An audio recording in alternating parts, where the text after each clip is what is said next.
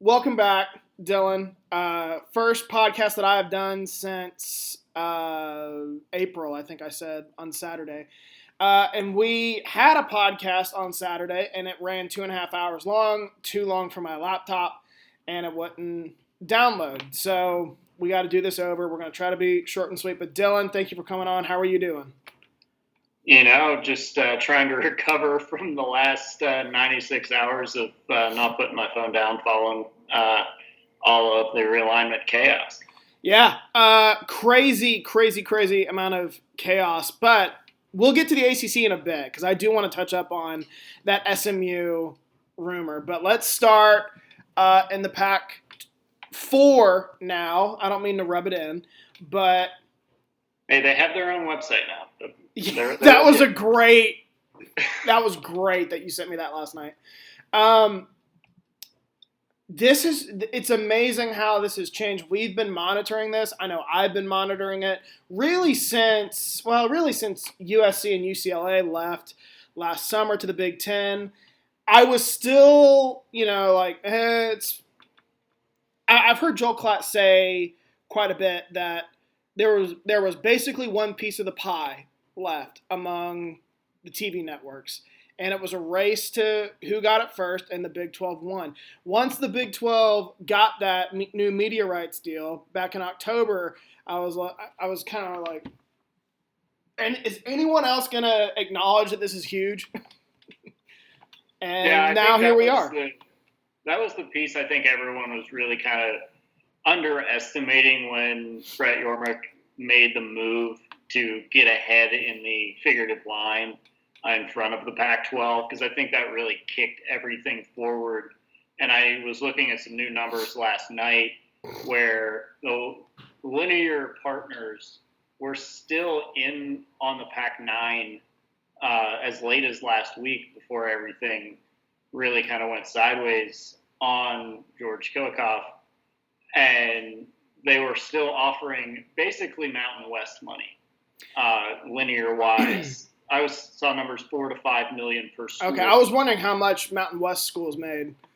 The Mountain West contract's about a little over $4 per school on an annual basis, and Fox was willing to give the Pac-12 still, and it kind of threw a lot of people off, 35 to 40 million, and everyone was like, well, then why didn't they take that deal? Because it's more than the Big 12. But that was the total value. Yeah. It's 35 million, so you're dividing that by 9. And I think that having that, and then if you kind of read through, and I know we talked a lot on Saturday and talked offline about quite a bit as to who really lies at fault with the Pac-12 and why everything went the way it did. And the two that really tried to hold it together were Arizona State, oddly enough, now in the Big 12, and Washington State, now on the outside looking in. They had a kind of a death grip and an unwavering belief in the commissioner, their presidents did. And that kind of is the downfall, at least, of Washington State being on the outside looking in, probably going to end up in the Mountain West now, because they believed that streaming is the future, which it is. But as far as full-scale media rights at the conference level, some of the assistant coaches doing some interviews today at fall camps were even saying, like, who, and it was put this way by Arizona's president, do we really want to be the guys looking to sell Girl Scout cookies or candy bars at the T-ball games? Yes. To try and get subscriptions to be where we thought we always would be. Yeah, that is basically what this came down to. Everything I had read about the Pac-12's deal with Apple, which was the deal that Kliavkoff was basically sitting on. I think for months, waiting it out, thinking he'd get another offer, and we'll get to that kind of in a bit. But eventually, he wouldn't present any numbers, and Colorado, right before Media Day, was like, you are going to show me something, and he didn't, and Colorado said, we can't take this anymore, we got to get out, we have an invitation to the Big 12, let's go ahead and jump ship. And they did, and I don't think it's a coincidence that Colorado, who's been on this side of realignment of not really knowing our future. Are we going to have a deal before? I don't really know what happened to the Big 12 in 2010, but like they knew that something was off, and they jumped ship to the Pac-12, which they thought was a better lifeline, and now they're jumping back into the Big 12. But everything I'd read about that deal that Klavkov was sitting on was it ranged about $20 million per school. It was almost 100% streaming. You mentioned some linear partners.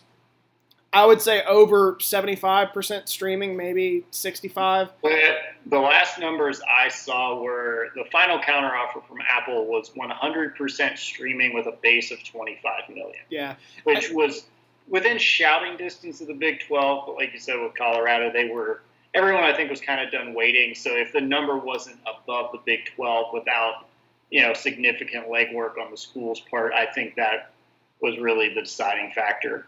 I had heard that after Colorado left, for Arizona especially, like it was basically this number has to be equal to the Big 12, and everyone kind of knew it wasn't going to be. And Arizona was the 14th school to join the Big 12, or the second school to jump ship. But what it came down to was basically Apple was going to take over the Pac-12 network, and it was going to be a package on Apple TV Plus, similar to NFL Sunday Ticket on DirecTV and now YouTube TV. The old MLB Extra Innings package, it might still exist on DirecTV. So it was going to be that, and however much money it would cost, I don't know. And these schools would basically, you made a good point about Girl Scout cookies, these schools would basically have to get subscribers, like a YouTuber saying, please like and subscribe to my video. It would be, please subscribe to the Pac-12 network on Apple, and that's just embarrassing. It really is. Yeah, I think the schools, like, there's enough taxing already on them to sell tickets in kind of this modern media sport viewing landscape where everyone's used to everything at the push of a button. So having to add that additional legwork onto a marketing department, I don't think they were looking forward to. And I think the biggest factor in Colorado's decision, too, that has been kind of well covered is their history with the Big 12. Yep. They were one of the founding members of the league back when, even predating the old Southwest 8, they had been in the league for 60 plus years. The old Big 8. That deep history with everyone, like obviously not everyone that's still remaining and in the league, and were part of that push that kind of got buried back in the 2010 cycle of everyone going, several of the Big 12 schools that were going to be rated, your Oklahoma States, Texas Tech going to the Pac-12 to become the Pac-16 back in the last cycle. But Colorado knew, and I think there were a lot of back-channel discussions that were probably had with Arizona and with Utah at the very end that were, hey, Colorado, can you go first? Because you have legitimate excuses that we can't lay claim to, that you can go a couple of days ahead of us. We'll see what the commissioner comes back with, and we'll sit knowing that we're probably coming too, and knowing that that option exists.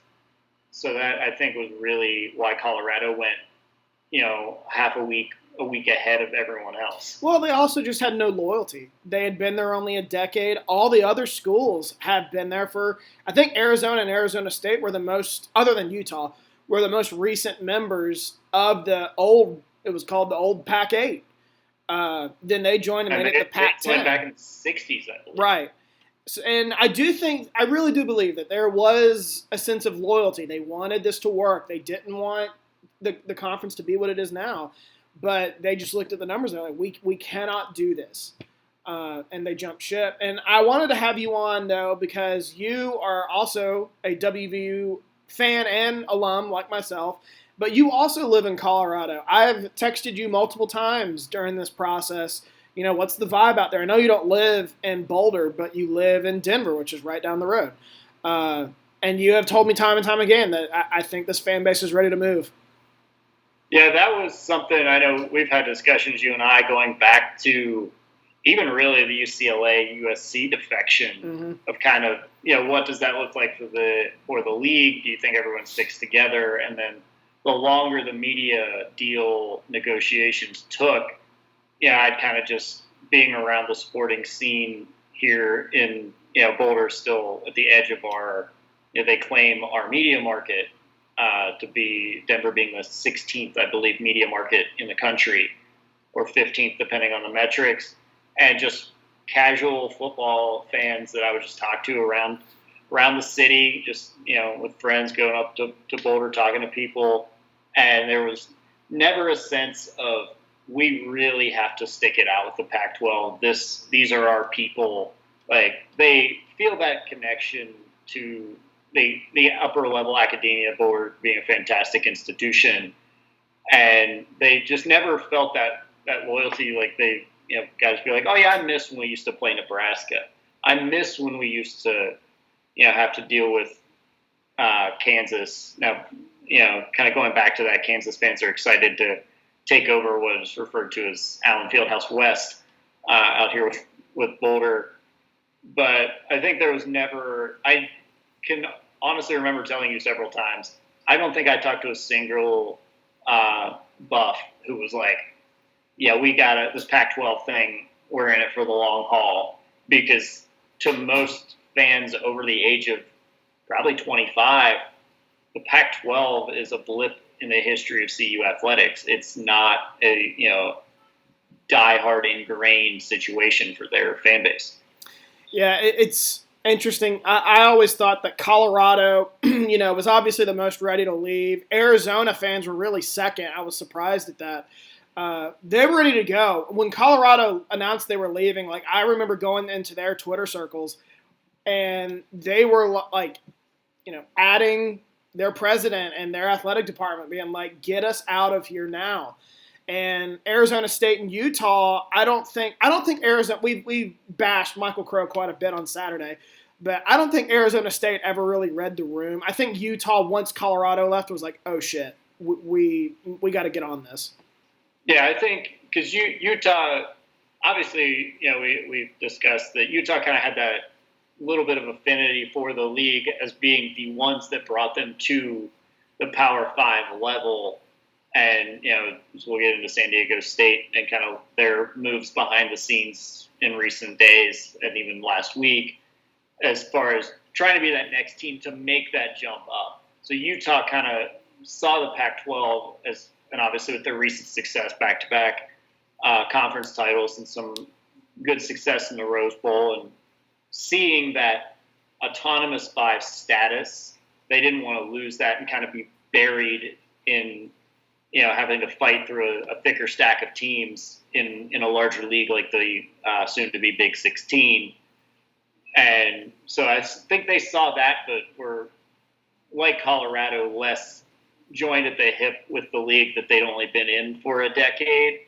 And I think, as we've kind of talked about, Arizona State does not come if they're not run by the same board of regents and we're able to make decisions independently of UA. Yeah, I 100% agree. I think UA was ready to go. President Robbins has been at the forefront of a lot of this and understood that, streaming was the forefront. And President Crow and A.D. Anderson and Tempe were going to hold on to the 11th hour, 59th minute, and 59th second to the Pac-12, because I don't think they ever even now they understand where they are, but I don't think they're happy about where they are. No, they're not. And even just to bring it in, President Crow's comments about the Apple deal, where I think he said the word Apple 8 times in a single 4-sentence paragraph.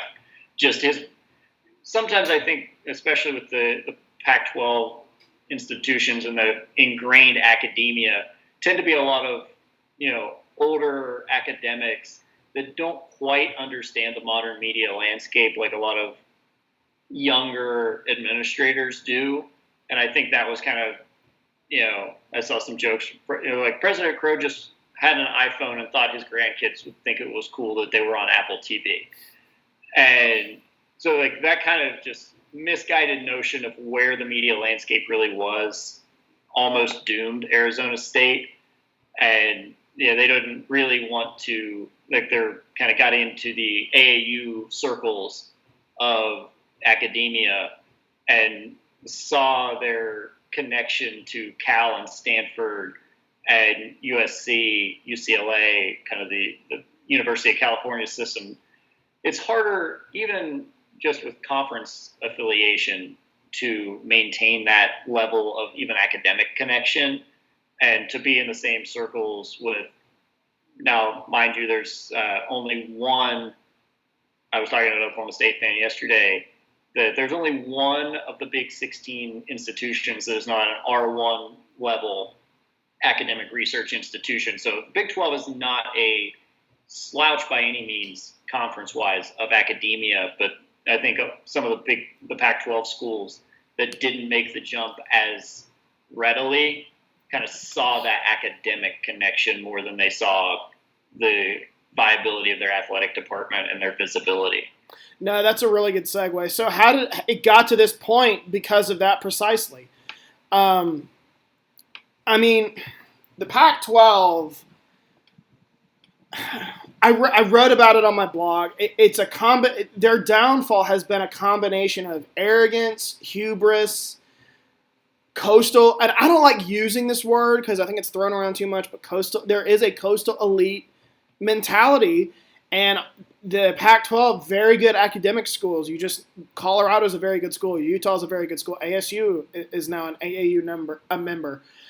Stanford and Cal obviously are very good. Washington's very good. So they're very good academic schools.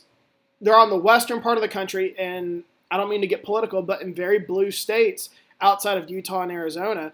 And I think that they looked at the Big 12, in 2010 and 2021, we're like, we don't want to go anywhere near these people. That's why when their backs were against the wall, they looked to the ACC and still are looking to the ACC to join because they align more with the Atlantic coastal elites over there.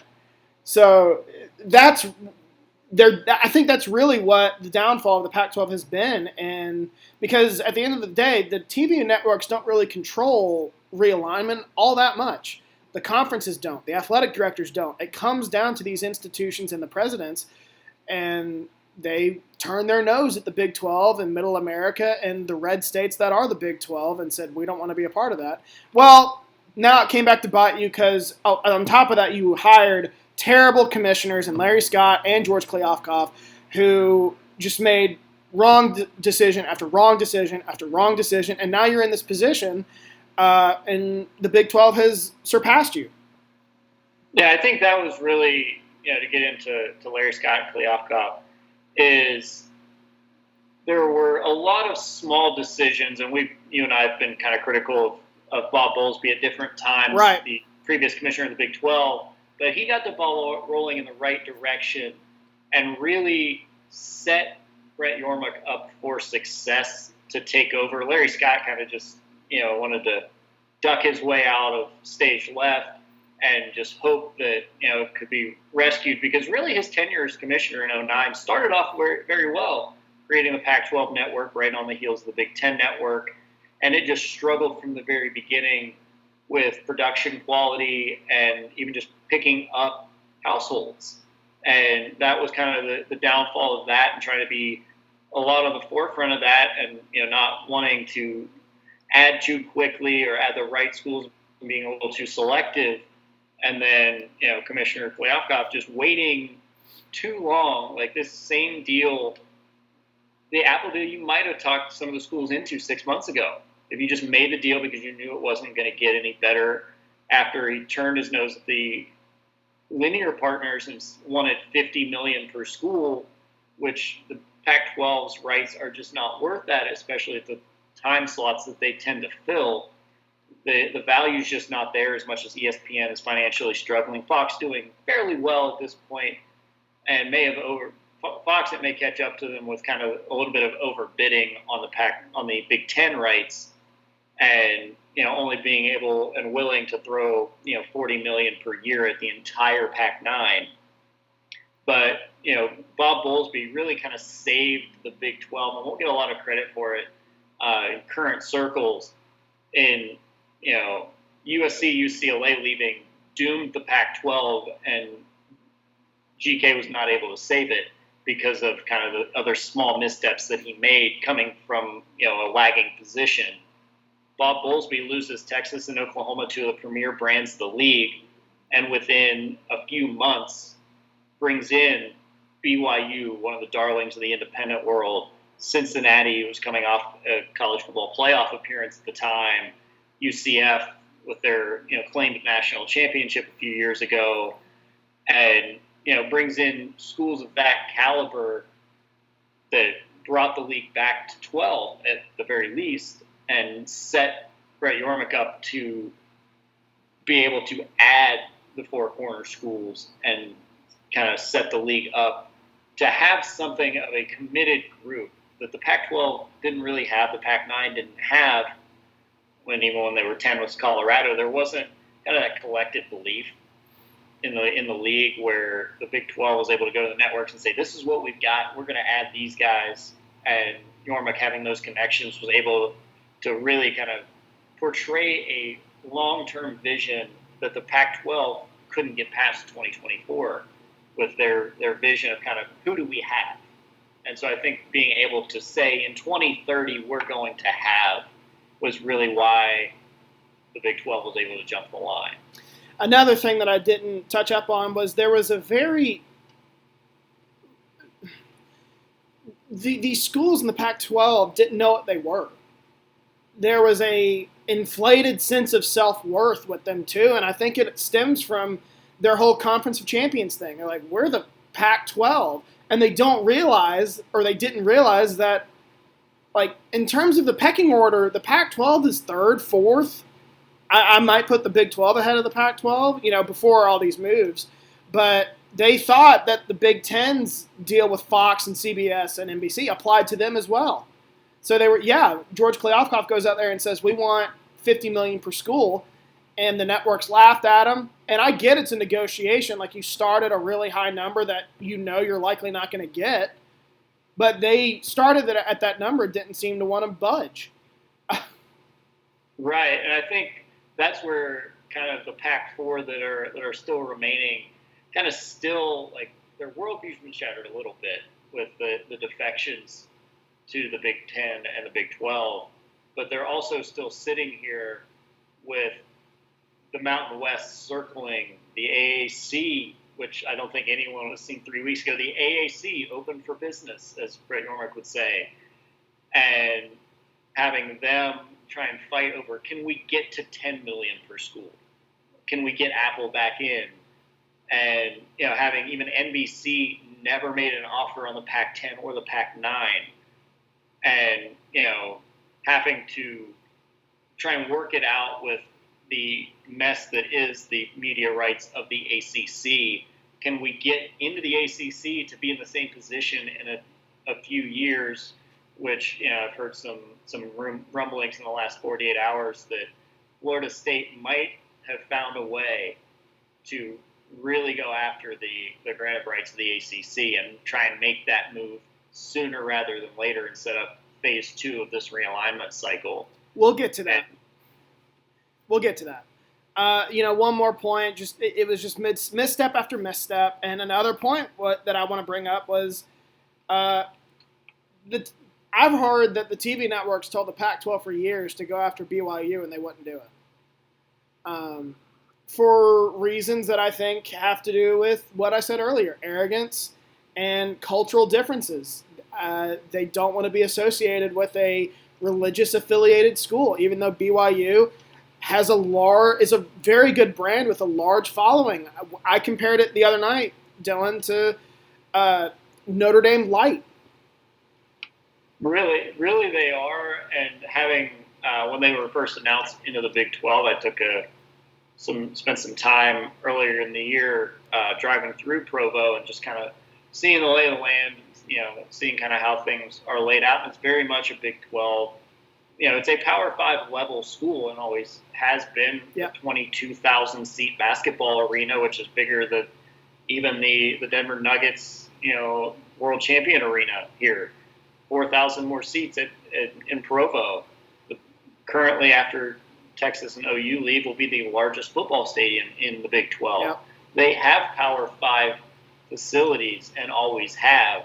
So, kind of the fact that it took them this long, because they weren't in the same grip as Notre Dame as far as commitment to independence. Right. BYU always kind of wanted to be, they were just waiting on the right move and being very selective to keep with their institutional values, which is very laudable and was done very well by their administration.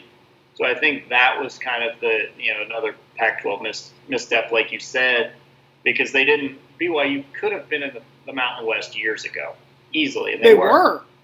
And then they left because they had greater ambitions and were waiting on the right time.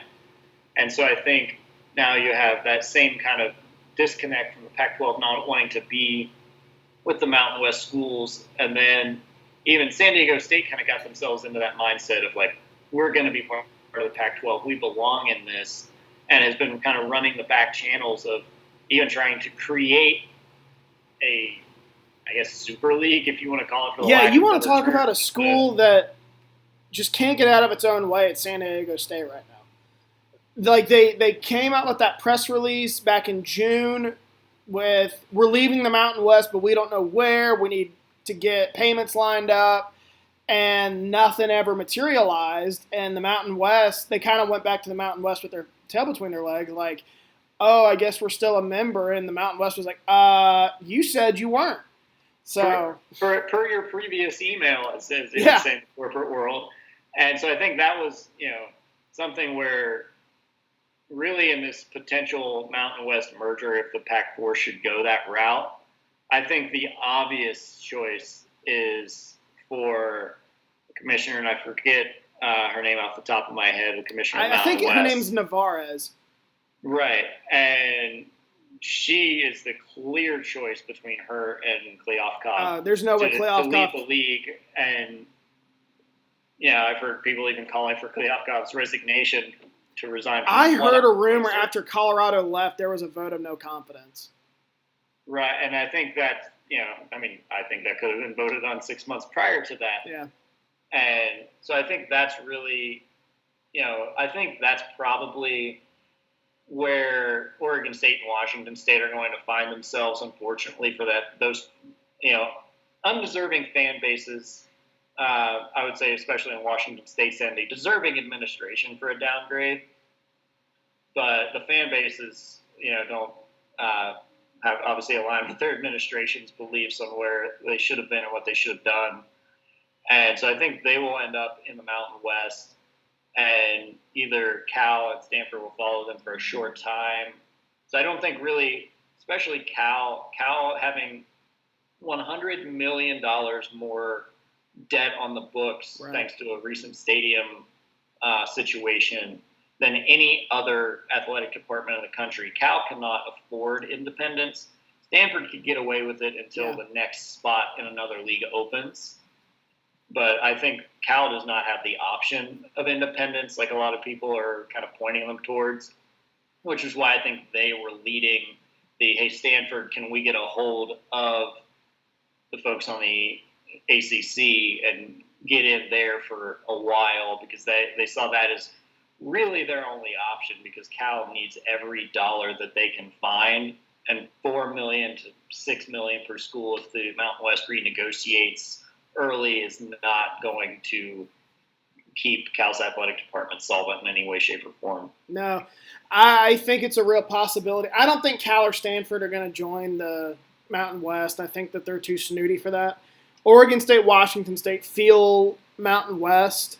As you said, Washington State kind of deservingly so. They have a terrible president. I can't speak for their athletic director, but Kirk Scholes he was one of the reasons why the Pac-12 is in this position. He was the head of their executive committee and couldn't keep his mouth shut.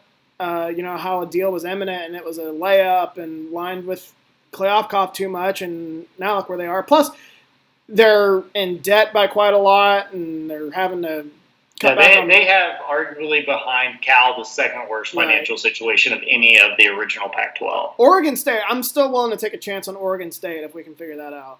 Really good football program right now. Basketball was just in the Elite Eight. Baseball team is obviously one of the top programs in the country. I would take a chance on Oregon State. I mean, if that means we have to get Washington State involved, whatever. But I would take a chance Oregon on both. State as well has the better metrics, if you will, of available institutions. Corvallis being very close to Portland and easily, is as close as Morgantown is to Pittsburgh, to a major airport, to be in a major conference. They have all of the other. They have a pretty substantial media market in the Portland area to kind of garner those eyeballs. Whereas Pullman is, I kind of saw the reference of Corvallis is 40 miles from Portland. Pullman is 40 miles from nothing. Yeah. Pullman is all the way across to the east, almost in Montana. Idaho. Part of Washington State. I think that does just about all we can talk about for the Pac-12. Oregon, Washington heading to the Big Ten. No real surprise there. It's not that I'm not surprised. It didn't seem like the Big Ten really wanted to do it. But they were like, I mean, they're going to take a cheaper rate. I think we got to do it. Right. I think very much Oregon and Washington was the, when you're walking through the grocery store and you don't really need that box of cookies, but they're sitting on the clearance rack at, $1. And you're like, well, for $1, I'll buy some cookies. Right. And I think that was really kind of the Big Ten's approach to it, because it wasn't really until Thursday evening, Friday morning that it really became a true possibility that move would be made. Because they'd kind of just drug their feet. They're like, we're at 8, we have a number of schools that we like at 16. Like, that's an easily manageable number. We have a couple of schools on, the West Coast, but we don't want to have too much cross-country travel. And so I think that was kind of the decision for them of, well, if we can get schools that, we're basically getting 2 schools for the price of 1, with them taking the half shares just to get out of the Pac-10, Pac-12, that, being able to just get in on that was too good to pass up, and helps fill out, makes the scheduling a little bit easier on the Big Ten's end of things, where you can put those 4 schools together. That'll save you some travel. Obviously, LA, not super close to Seattle, but closer than Piscataway for sure. And I think that kind of was a guiding factor in that, because some of these commissioners, I think, if pressed off the record, don't really like this whole coast-to-coast conference thing as much as Brett Yormark loves to expound upon it and kind of make that his ultimate goal, to have something in every time zone. Because I think that's kind of the future of realignment, is continued consolidation, and eventually pods that, oddly enough, look very familiar if you squint your eyes to conferences of the 80s and 90s and early 2000s, and make the scheduling and the travel a lot easier, because right now everything's guided by visibility and revenue. But with the power that the NIL era has brought to the student athlete's lap, I think they're not going to put up with this kind of, conference games, USC flying to Happy Valley on a Tuesday night, Super Tuesday ESPN 7 p.m. time slot for a basketball game. I don't think that's going to go well with the empowered student athlete era for very long. You brought up the pods, and I see this whole realignment movement as having 2 outcomes. One is negative and one is fairly positive. I'll start with the negative, although I'm going to spin it to a little bit of a positive. But the negative is that we're either heading toward 2 super leagues or 1 super league. And you're going to get another, what's the right word, level of college football, where right now Division I is split to FBS and FCS. Then you got D2, D3. But even Division I, you got FBS and FCS. But FBS is Power 5 and Group of 5. And then even the Power 5, like there's a big difference between Ohio State and West Virginia and a school like Wake Forest. So you're going to see them spread out a little bit more. You're going to have a super league, I think, of all the blue bloods.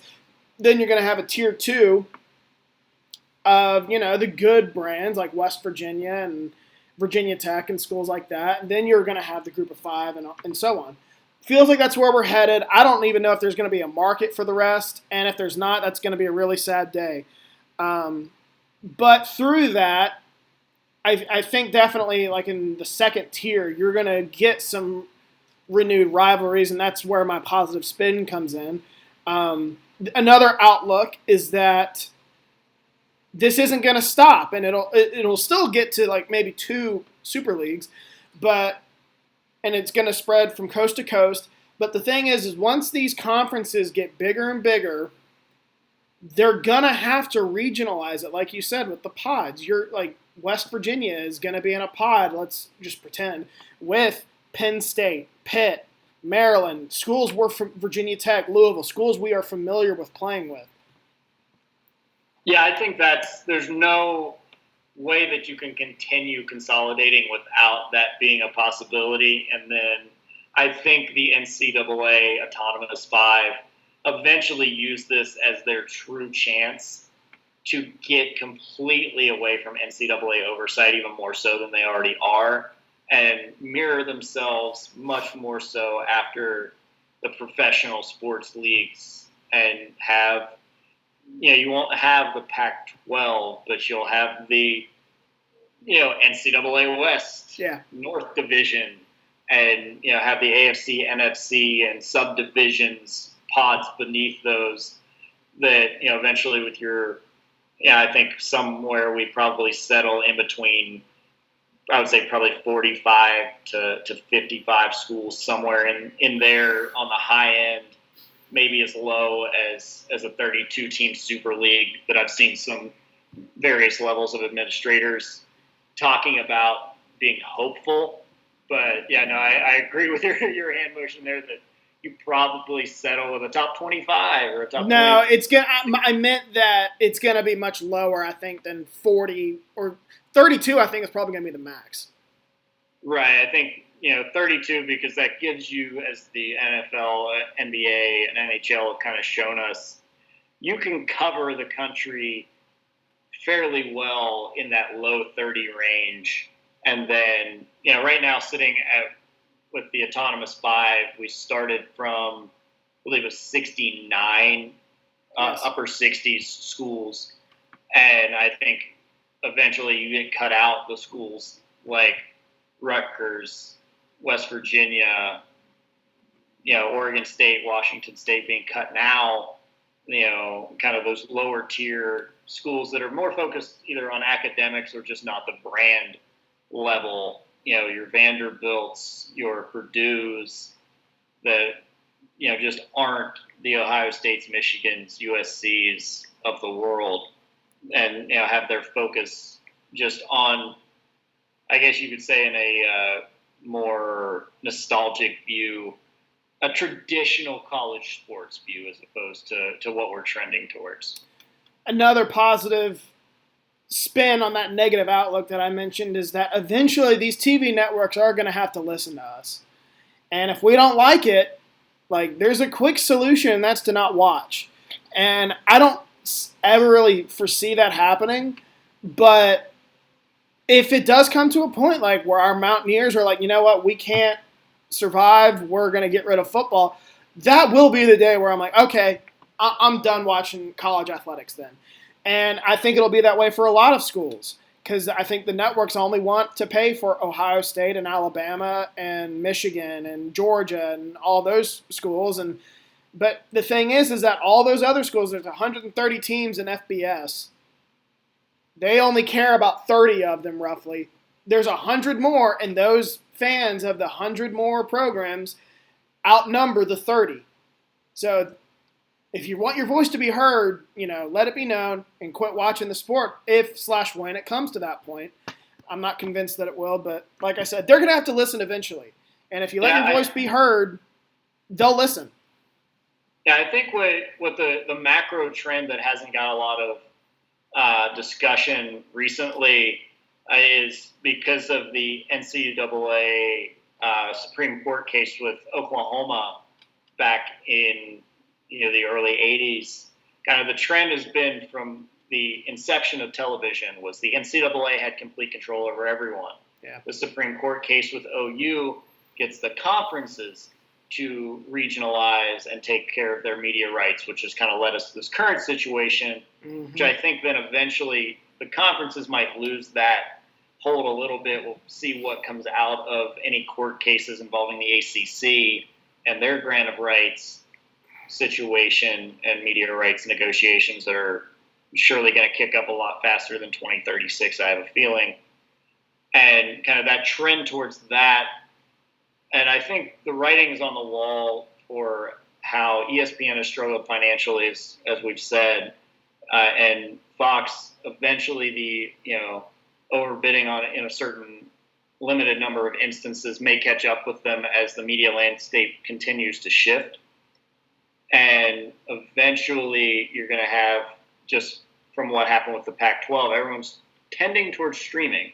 Yep. But we saw the value in that, and really something that didn't get a lot of coverage either is why the streaming services like Amazon and why Apple has a blank check to do whatever they want as a corporation, as much money as they bring out on an annual basis. They didn't have to stick to 25 million or 20 million for the Pac-12 if they really thought they could get in and make their money.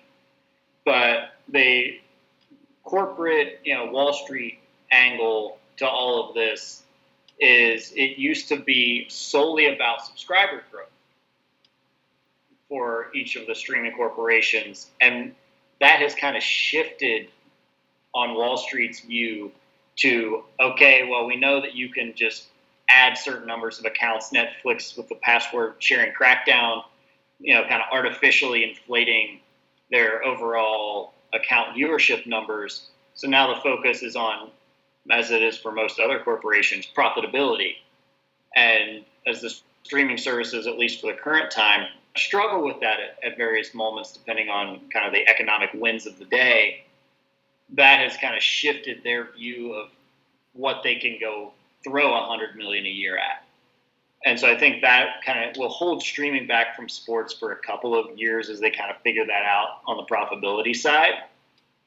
And once that gets figured out, streaming will be more popular, but I don't think that's a viable solution. And then once you get to that, fans control immediately, do I subscribe to the big, the next incarnation of Big 12 now on ESPN Plus? Yeah. Do I make that individual decision? And that was what the Pac-12 schools knew that they were not going to be able to find in large numbers currently, is enough people to say, yeah, $10 per month is worth it for Pac-12 sports. Yeah, my last point about the Pac-12 is I actually applauded Kliavkoff for embracing the streaming services. I was like, yeah, he's on the money. This is the future. If you look at the NFL is now on YouTube. Sunday Ticket's on YouTube TV. Thursday Night Football's on Amazon. These older heads that sit at the top of these institutions that are deciding whether or not to move in these conferences are used to linear partners. And we have mentioned that before, and for those that don't know, that's like ESPN, Fox, NBC, CBS. That's why all the owners in the NFL, who are a bunch of old men, are like, we have to do these deals with linear. And, our age group is more, well, we can do deals with Amazon and Apple and all the other streaming services. And you're going to see more of this. The MLS has got a package on Apple, which isn't doing very well, which is why, the Pac-12, I think, bolted. There are others. Hockey has something on Hulu. MLB has a partnership with Peacock for a brunch game on Sundays, and I think there's another. Oh, Apple. They have a Friday night doubleheader on Apple. So this is the future, as we said, and I gave Kliavkoff credit. I think he was just a little ahead of the curve on that one. Yeah, I think a little ahead of the curve, and I think had you gotten a 50-50 linear streaming split, I think you would have had the schools kind of all over it. And I think the fact that it got to 100-0 was the ultimate nail that, finished off the Pac-12's coffin. I don't think they would have hesitated to take a 100% streaming deal if it was equal to the Big 12's payout, around $31 million. Yeah, I could see that being true, but I think, like I said, the economic headwinds kind of, if the same deal was happening, a year ago when it was first, if they just said, we don't want to do linear, we're going streaming, before kind of those economic headwinds switched how the streaming services viewed sports, then I think you see potentially a different deal if they worked quickly. So let's go ahead, and I think we've covered the Pac-12 and the future of college football. Let's switch gears to the ACC, where there has been a lot of smoke these last 2 weeks. I haven't given it a whole lot of thought because, as you've mentioned, their grant of rights and their media rights deal is well into the 2030s, I believe. It ends in 2036. And I'm like, that's 13 years down the road. I'm not worried about it. I'm just focused on the Pac-12. But Florida State keeps coming up over and over again about how much they hate this being in this conference and how little it's paying, which if you go look at the numbers, some will argue that the ACC's payout is closer to $40 million. That is not true. That is like their max, and the Big 12's max is $50 million. So the Big 12 is still ahead if you go by the max baseline. I think the ACC is closer to $20 million, and the Big 12's is $31. So the ACC is in trouble, and I'm seeing more of the downfall in the ACC than I am the Pac-12, because with the Pac-12, I at least gave it the benefit of the doubt. I was like, it's the premier conference in the Western and Pacific and Mountain time zones. Like, surely someone will step up to the plate and offer them something, and they kind of did. It just wasn't for the number that the schools thought they should get. But the ACC, I don't get that. Yeah, I think there's, not, the networks didn't see quite the value that college sports fans, I think, do with having a grouping on the West Coast. That's why I think you'll see the Mountain West kind of try to take that mantle, obviously starting from a lower caliber position.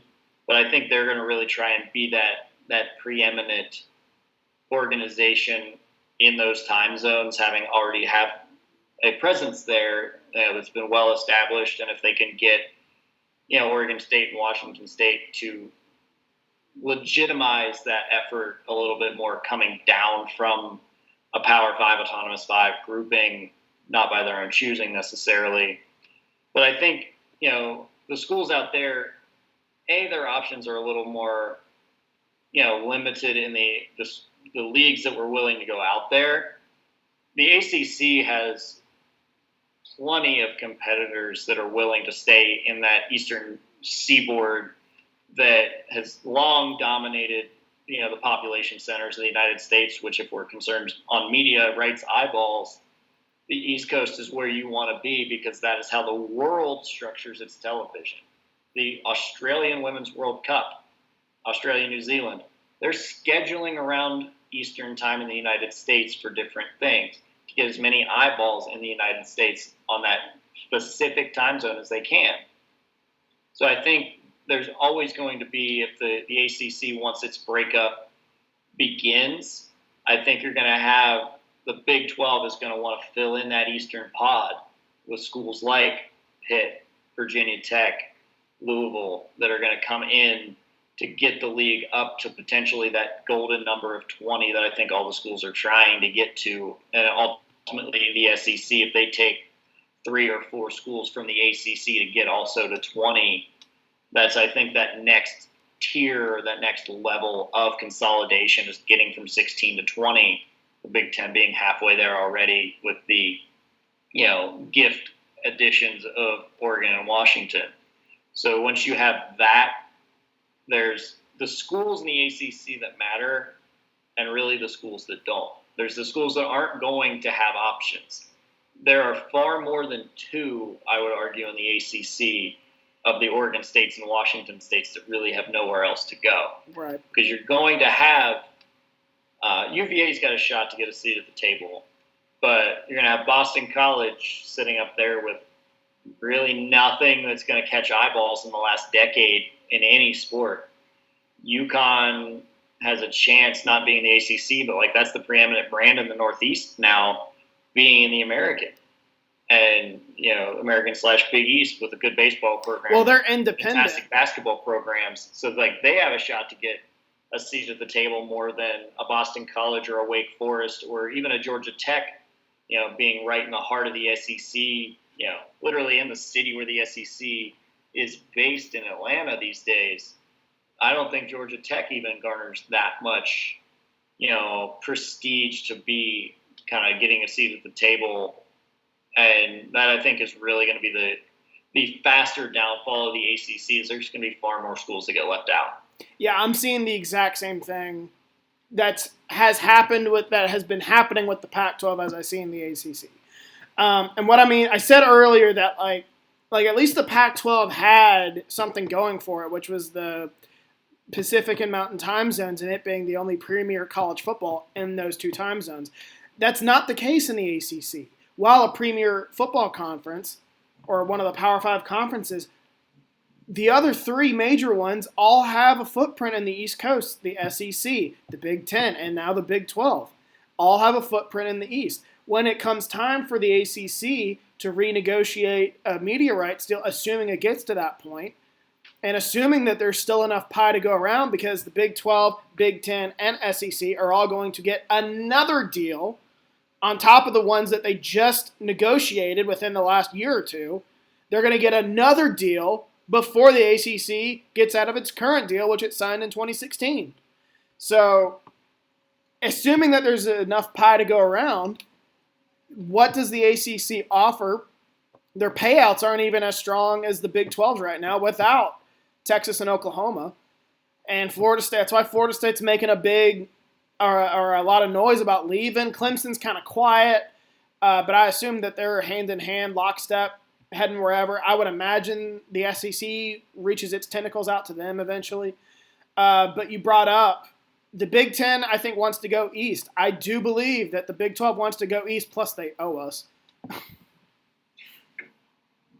Yeah, I think, and it's been talked about. Even Normick has kind of mentioned it, of building out that eastern flank, if you will, and West Virginia having kind of stuck its neck out. Obviously we're catching a life raft, but kind of holding down the eastern time zone a lot of the time for the Big 12 in the last decade, and then now having two schools they want to kind of fill in that gap in between Cincinnati, Morgantown, and Orlando, and kind of filling in that part of the country. And the Big Ten the Big Ten's already in New Jersey and Pennsylvania, and at the edge of New York, where a school like Syracuse doesn't feel like a stretch for them if they wanted to go that. I can see Syracuse fitting in very well.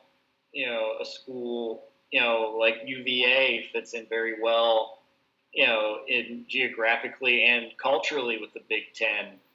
The UVA, your feelings and mine about them in realignment circles, very well established in previous conversations as far as their academic prestige that very much mirrors some of the situations the Pac-12 got themselves into.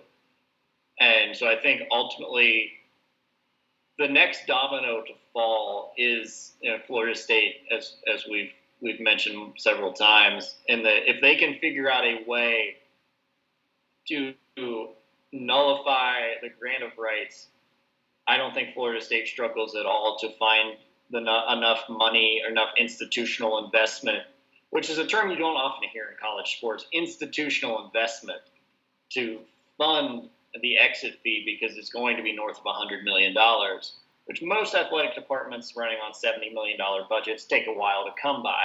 Well, Florida State can get there. The next step is, can Florida State get out? And once they do, they will give every other lawyer in the ACC, every other legal group, here's the playbook, it's over. Well, the problem isn't the exit fee with Florida State. The problem is the grant of rights. Right. Just because you can get the $120 million to pay the exit fee does not get you out of your grant of rights. Even if Florida State pays the exit fee, the ACC will say, okay, see ya, go wherever. And I don't know who would take them because their grant of rights, unless they can get out of that, is still with the ACC. And even if they somehow join the SEC, they can't be on TV. If they are on TV, all that profit has to go to the ACC. And I think this is all noise for the time being. I don't think any ACC school is leaving anytime soon. The only way that this works is if they add schools, which we're about to get to. Stanford, Cal, SMU are now all in discussions with the ACC, which that drives me nuts. I sent it to my dad, the text, but I forgot where I was going with this. Oh, if they add schools, that gives them an out to renegotiate a new grant of rights, and then Florida State can be like, okay, now we can get out in 3 years, or 5 years or whatever, instead of 13. Or they get 7 or 8 schools to nullify the grant of rights, and they all become free agents. But I don't see that happening. Like we just said, Boston College doesn't have a place to go. Syracuse is fringe. Like they could go Big 10, they could go Big 12. I don't think the SEC is going to come calling, but I don't think that they want to jump this ship right now. Wake Forest isn't going to do it. So it's a whole lot of Georgia Tech's not going to do it. So it's just a whole lot of schools that really don't have a place to go. But I don't know about you, but the whole thing about the SMU potentially joining the ACC sent me into a rage earlier today. And I was like, these motherfuckers in the ACC will turn their noses at West Virginia for decades. But when they really need it, where do they go? SMU. Yeah, I mean, I kept my emotions in check on that end of things, and really just, the phone's still sitting here where I put it several times today, in just a fit of laughter of the school. A school. Rage was a strong word for me. To SMU's campus, it's a beautiful part of the country. There's the reputation athletically, and I mean academically, it's a fine school. It has programs that are very well renowned, but as the school, for better or for worse, and arguably other schools should have gotten it, but as the school with the only top program death penalty in recorded NCAA history, and the kind of the high falutedness sometimes that the ACC has affluted themselves with in years past, to connect themselves to a university with that reputation from just the 80s is, very intriguing to say the least. And I ultimately don't think, if Cal and Stanford are legitimate candidates, which I've seen references to the embryonic stages of discussions. I don't think this happens anytime in the next 6 weeks, really. At this juncture, if that's I'm not convinced it happens. I think it probably does, just out of desperation. But if I were making that decision, I wouldn't be making it anytime in the next few weeks, because you're just running scared at this point making decisions. But ultimately, I don't think SMU gets the call if the two of the remaining Pac-4 really want in and are considered viable. But like you said, the renegotiation aspect of the ACC, if they choose to add, and I think that ultimately might keep even those two schools out, is if you get the schools that know they have nowhere to go, if they get wind that Florida State's going to use this as their wedge, then I think that could keep Cal and Stanford out, right, just to keep Florida State in. I was just about to say that. Everyone knows that this is what Florida State and Clemson wants. I saw a tweet today that said if the ACC adds Cal, Stanford, and or SMU, that's a death sentence, because that will mean renegotiating the grant of rights, and it will give Florida State and Clemson the ammo that they need to get out sooner rather than later. So that's why I'm not convinced it's going to happen. I think the ACC is dumb enough to do it, and they're snooty enough to do it. We don't want to be associated with West Virginia, but we'll associate with these really good academic schools all the way on the other side of the country, even though West Virginia is right in our backyard and has history with a lot of the members in the conference. So when that happens, the ACC will crumble. And I didn't dance on the Pac-12's grave, nor will I. But when it comes for the ACC, I will be dancing on the ACC's grave. And I think you and myself, we kind of made jokes offline that when that day comes, we'll be booking our collective flights to Greensboro and opening a nice quart of moonshine on the front steps of the ACC offices as they put the plywood across the windows. That or what's the beer that the Country Roads Trust just came out with?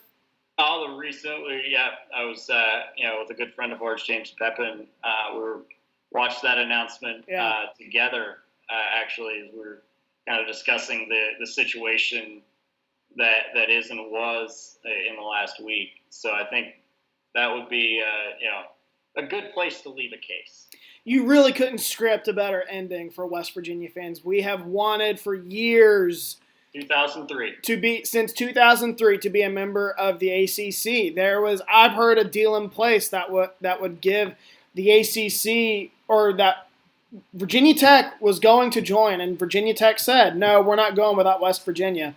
And there was allegedly a deal in place that would allow both of us to join in 2003, and University of Virginia, UVA, shut that down.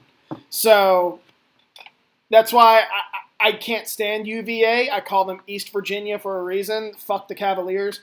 But we've been overlooked twice by the ACC. I am giddy that they are in this position, and we're going to get the last laugh, and it's going to be glorious.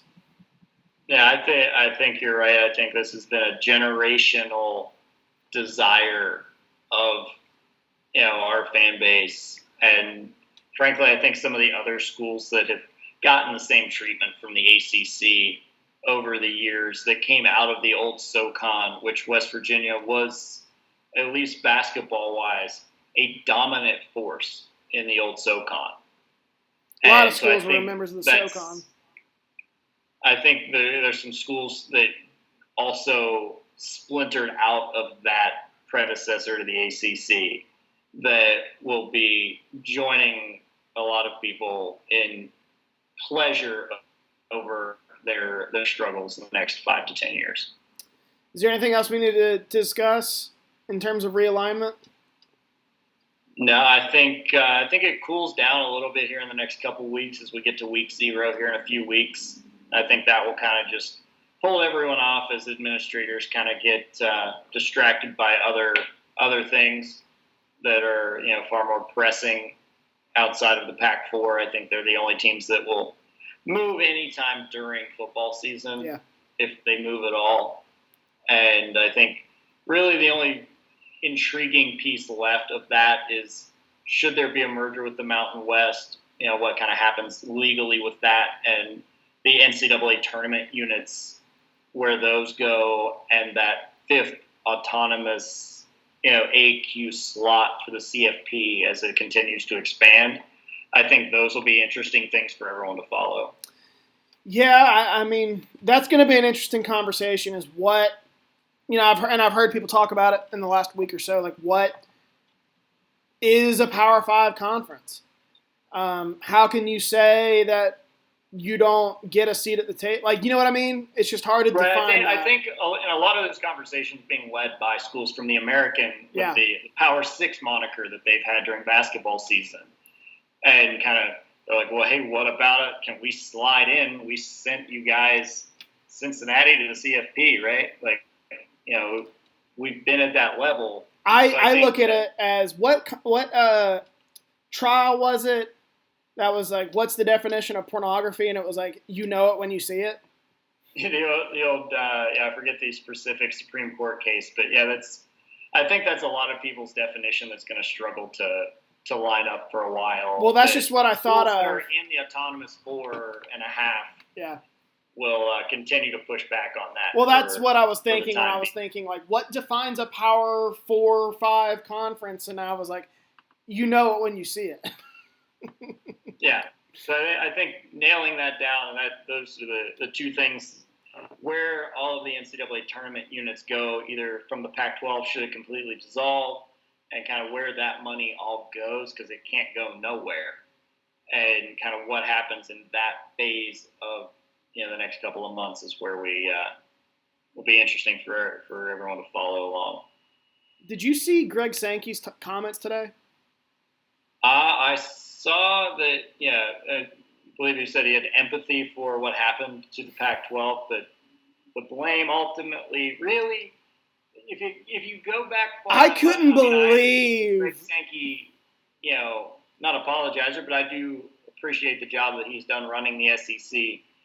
But if OUT doesn't leave, that was really the initial predecessor. Like, that was half of the first stone that rolled down the hill. Yeah. So really, this does trace back the demise of the Pac-12 does have some tentacles in Atlanta, ultimately. Yeah, I couldn't believe that he said that. I was like, you didn't seem to show much empathy for the remaining 8 Big 12 schools. You just let them die, or put them on life support for a few months before the additions of BYU, Cincinnati, Houston, and UCF. But I was just like, because I saw Dennis Dodd quote and I like Dennis Dodd, and I actually like Greg Sankey to a point. I don't dislike him, but Dennis Dodd tweeted something like, how Greg Sankey reached out to Oregon State and Washington State and Cal and Stanford and, empathized with them or whatever. And then he ended it with, like, that's true leadership. And I was like, spare me with that narrative. I will shut that down tomorrow. Like, I will make that my mission in the near future, rather than the ACC's downfall, is to shut down Greg Sankey. What a class act. Right. I think, if you all trace it back far enough, we all know where this ultimately lies. And even with, the last round of realignment, what the SEC did to the Pac-12 and the Big 12, or tried to do in recent rounds of realignment, I would be hard-pressed to find a single person outside of the Atlanta offices that think the SEC is blameless in all of this.